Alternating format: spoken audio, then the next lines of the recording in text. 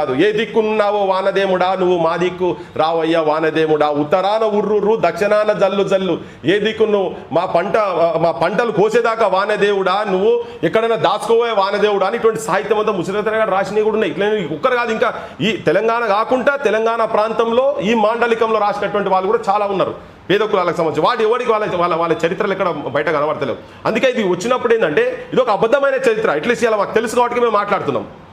నాకు తెలుసు, నేను డాక్యుమెంటల్ ఎవిడెన్సెస్ ఉన్నాయి, ప్రూఫ్స్ ఉన్నాయి కాబట్టి నేను చెప్తున్నా. జనం లోపల నానిన ఇవి.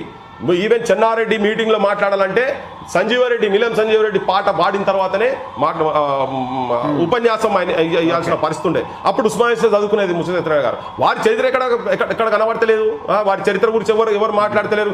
ఇది ఫ్యాక్చువల్.